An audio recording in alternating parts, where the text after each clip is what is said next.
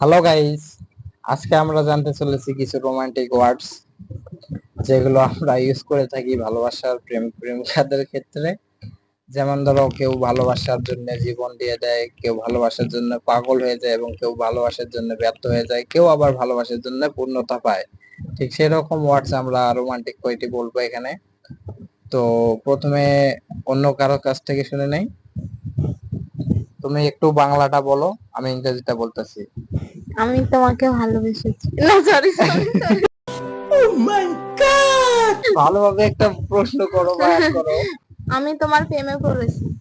I am in love with you. I am in love with you. আচ্ছা, আর কয়েকটি বলো দেখি। সত্যিকারের ভালোবাসা সহজে পাওয়া যায় না। আমি বিশ্বাস করি না, আমি বিশ্বাস করি না। ওকে, এটার ইংরেজি এখন আমি বলবো।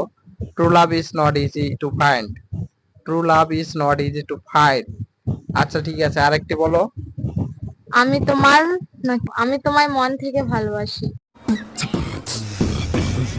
ওকে, এটা ইংরেজি আমি বলতেছি। I love you with my heart. I love you with my heart.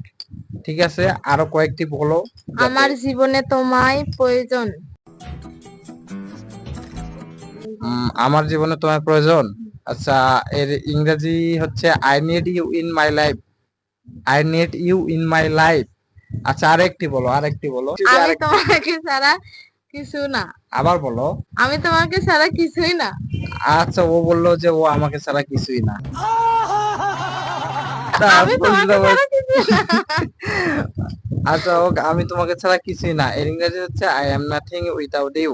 I am nothing without you. তো ভিডিওটি কেমন লেগেছে অবশ্যই কমেন্ট করে জানাবেন। अगर तुम लोग नए हो तो सब्सक्राइब करो, वो जो लाल वाला बटन है उसके साथ सूर्य नमस्कार करो या फिर अनुलोम विलोम, मुझे नहीं पता, बस क्लिक हो जाना चाहिए। তো ঠিক আছে, ভিডিওটি আজকে এই পর্যন্তই ছিল। ভালো থাকবেন সবাই।